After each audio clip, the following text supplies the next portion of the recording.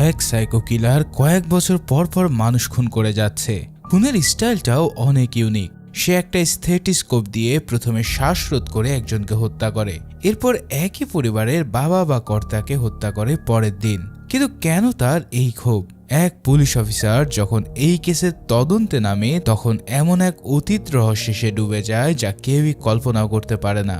এখন সেই রহস্য জানাতে নিয়ে এলাম অন্তাক্ষরী মুভির এক্সপ্লেনেশন, যার শুরুতে আমরা একটা সাদাসিধে পরিবারকে দেখি। এখানে আমরা মধ্যবিত্ত পরিবারকে সোফায় বসে থাকতে দেখি। তাদের মুখের হাসি আর একে অপরের দিকে তাকিয়ে গল্প করার ধরন দেখে স্পষ্ট বোঝা যায় যে তাদের পারিবারিক বন্ধনটা বেশ মজবুত।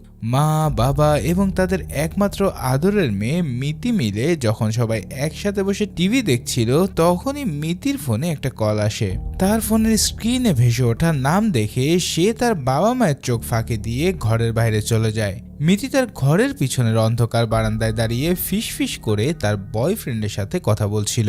কিন্তু ঠিক তখনই হঠাৎ তার পিছনের রাবার বাগান থেকে শুকনো পাতার মচমচ করা তীব্র শব্দ ভেসে আসে।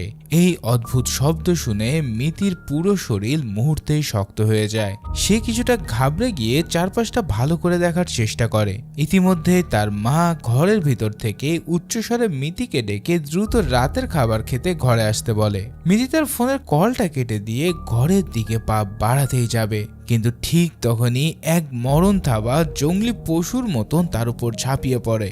সেই অজ্ঞাত মুখোশধারী মানুষটি তার নিজের হাতে একটা 10 মিলিমিটারের মোটা স্টেথোস্কোপ মিথির গলায় পেঁচিয়ে দেয়। সে মেয়েটির নরম গলা টেনে ধরে মাটির উপর দিয়ে হেঁচড়ে পিছনের ঘন বনে নিয়ে যেতে থাকে। কিলার তার পুরো শক্তি দিয়ে টেনে ধরলে মিথির গোংরানির শব্দ বাতাসেই মিলে যায়। এভাবেই আমরা কয়েক বছর আগের একটা ফ্ল্যাশব্যাকে ফিরে যাই। এখানে আমরা কিশোর নামের এক শান্ত স্বভাবের ছেলেকে ধুলোমাখা রাস্তায় একাকী হেঁটে যেতে দেখি। কিশোরের পুরো পৃথিবীতে তার মা ছাড়া আপন বলতে আর কেউই বেঁচে ছিল না। তার মা নিজের শরীরের শেষ রক্তবিন্দু দিয়ে রাঘবান নামের এক প্রভাবশালী জমিদারের ধান খেতে দিনমজুরির কাজ করত। কিশোরও তার মায়ের এই হাড় ভাঙা খাটুনি দেখে নিজের পড়ালেখার পাশাপাশি যথাসম্ভব তাকে সাংসারিক কাজে সহযোগিতা করত।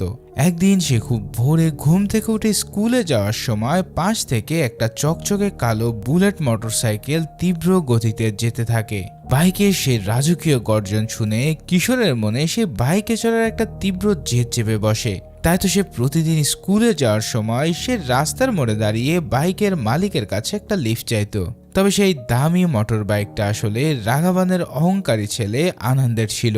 সে কিশোরকে নিজের বাইকে লিফট দেওয়া তো দূরে থাক, তার প্রতি কখনো সে ফিরেও তাকাতো না।